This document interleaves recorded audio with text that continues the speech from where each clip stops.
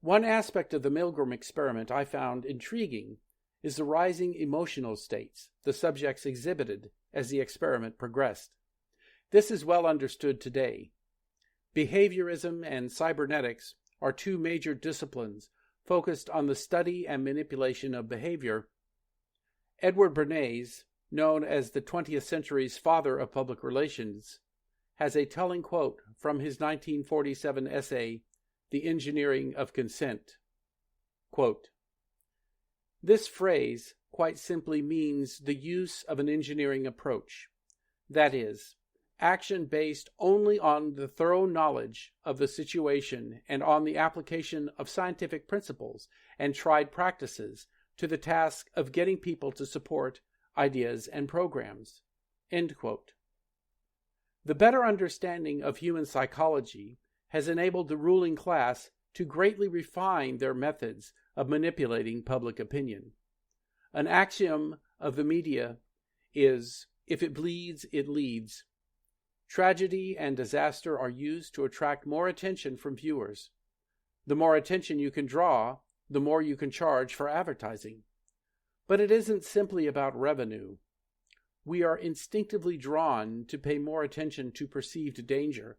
It is an old survival mechanism that is now exploited. Pay attention when you watch a newscast. At a certain point in an emotional story, after enough time for the audience to get worked up over what is being shown, an implied solution or call to action will be injected into the narrative. Once you begin to recognize how this is done, you can develop resistance to its influence. Even if you agree with the conclusion presented, wouldn't you rather agree because you chose to agree instead of being led to the conclusion unknowingly? Every piece of media you see is an argument for some position. The only variation is the subtlety of the argument. How do you know if you are being manipulated?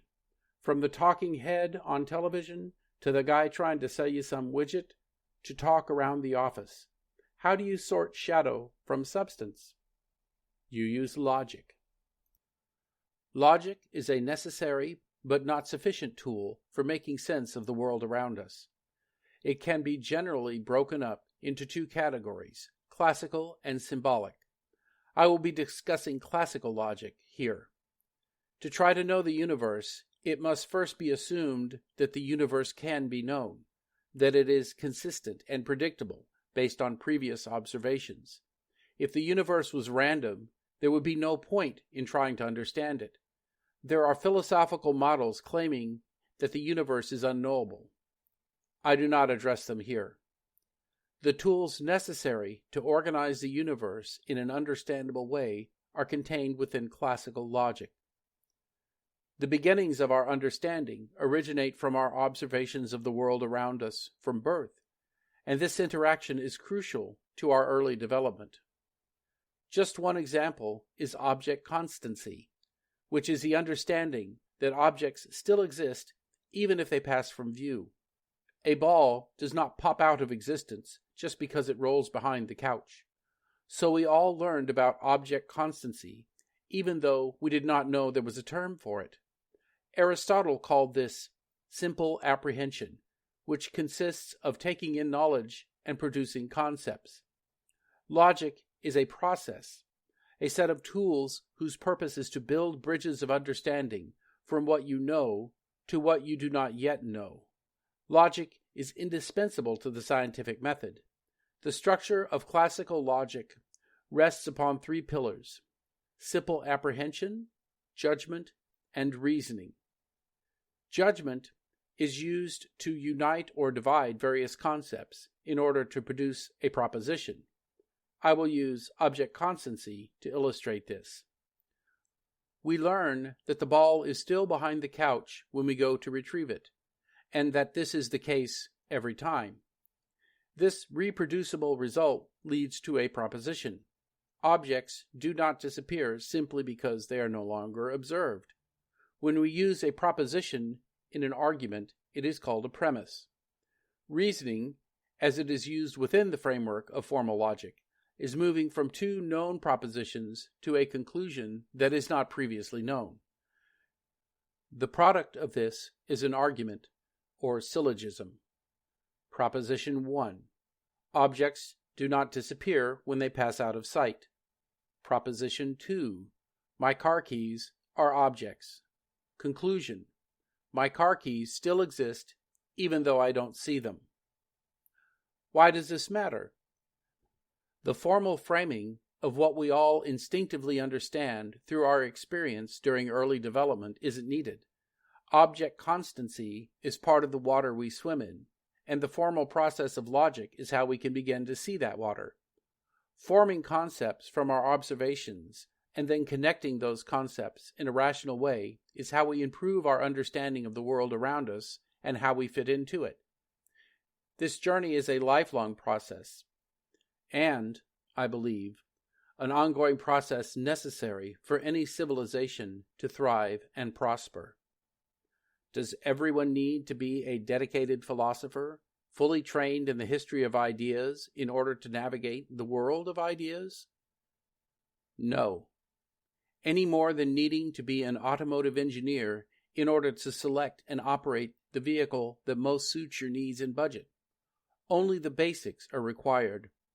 The same applies to any philosophical or ethical model you care to examine or live by. If the fundamentals of an ethical framework cannot be understood by a child, it has little practical use in the world. Without vigilance, it's easy to get lost in the weeds. Should this happen to a whole society, the bodies pile very high. Throughout history, the way freedom was defined has varied, from simply not being enslaved to complete physical autonomy. During Julius Caesar's war on Gaul, a great part of his spoils of war was selling captured populations into slavery. People could become property at any time. It was simply an accepted fact of life. As models of rulership have changed over time, and the understanding of human psychology has improved, rulers transitioned from direct physical control and have employed less labor-intensive methods of controlling their subject populations. Philosophical and religious arguments have been brought to bear to justify the authority of the rulers. Literature, since antiquity, has legitimized rulers. The original role of the historian was to glorify the rulers. If any voices in history spoke of individual autonomy in opposition to power, they were relegated to obscurity, if they were remembered at all. A rock to the head, the most likely reward for voicing such opinions. Socrates was sentenced to death for corrupting the youth and disbelieving in the gods of Athens. I am certain that the term corrupting the youth was code for inviting the youth to think for themselves. Individualism is a relatively recent concept, only gaining a foothold since the Enlightenment. In his essay, Civil Disobedience, Thoreau described the dichotomy between physical and intellectual freedom. Quote, I could not but smile to see how industriously they locked the door on my meditations, which followed them out again without let or hindrance, and they were really all that was dangerous. As they could not reach me, they had resolved to punish my body, just as boys, if they cannot come at some person against whom they have a spite, will abuse his dog. End quote. Granted, his description of his one-night stay in jail sounds like high school detention to the modern ear, and as unrecognizable as jail as we know it today. The concept is the same. A body can be bound. An idea is immune to physical force. Physical freedom cannot be achieved or maintained without intellectual freedom. As we grow from childhood, the culture we grow up in works to corral our understanding of the world around us within a limited framework of accepted opinions, like a walled garden. A walled garden simulates the natural world using elements of the natural world, but it is not a comprehensive model of the natural world. This walled garden we grow up in is presented to us as the complete representation of the world.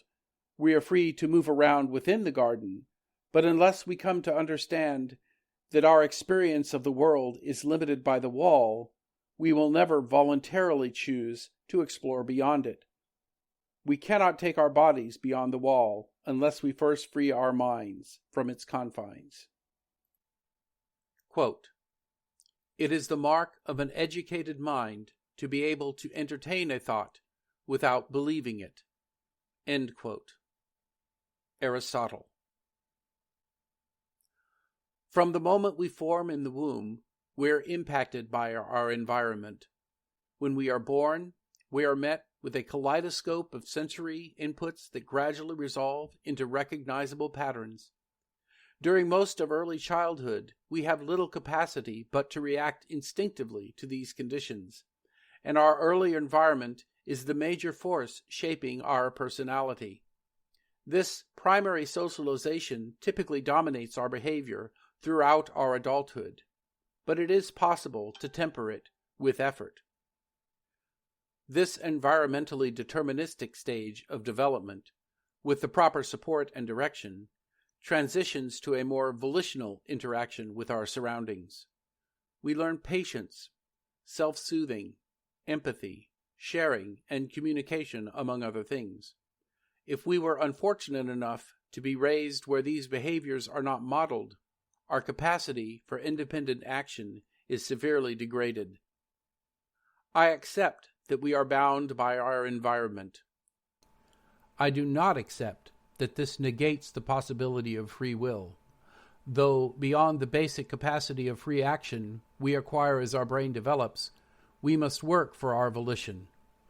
Using the tools of logic, we can push back the boundary of the unknown, for we cannot choose what we cannot comprehend. To pursue free will, we need to understand what free will is, and what it is not. According to the Oxford English Dictionary, free will is the capacity to act upon your own discretion without the constraint of necessity or fate. Broken down to the individual terms, free and will, this means acting upon your own initiative without constraint from another person. The Indo-European roots of the word free imply voluntary interaction. The forces of nature are not persons, so free will does not extend to defying gravity or refusing to be affected by the cold. The fact that we cannot construct a functional airplane out of marshmallows does not mean our free will is invalid, merely that we live in an objective universe that precludes the option. As Francis Bacon said, nature, to be commanded, must be obeyed. Free will is not a given for any individual. The desire for self-determination is necessary but not sufficient for achieving it. The tools of knowledge must be actively and consistently employed for even the possibility of free will. Frederick Douglass, a former slave and prominent abolitionist in America during the 19th century, well understood the connection between knowledge and freedom and spoke extensively about it. Here are two of his observations on the subject. Quote, "To make a contented slave, it is necessary to make a thoughtless one. It is necessary to darken the moral and mental vision, and, as far as possible, to annihilate the power of reason." End quote. Narrative of the Life of Frederick Douglass, an American Slave. Quote, "Without education, he lives within the narrow, dark, and grimy walls of ignorance. Education, on the other hand, means emancipation. It means the uplifting of the soul of man into glorious light of truth, the light by which men can only be made free. To deny education to any people is one of the greatest crimes against human nature. It is easy to deny them the means of freedom and the rightful pursuit of happiness, and to defeat the very end of their being." End quote. Blessings of Liberty and Education, 1894. The enemies of truth are also the enemies of freedom. Quote, "Do not let what you cannot do interfere with what you can do." End quote. John Wooden.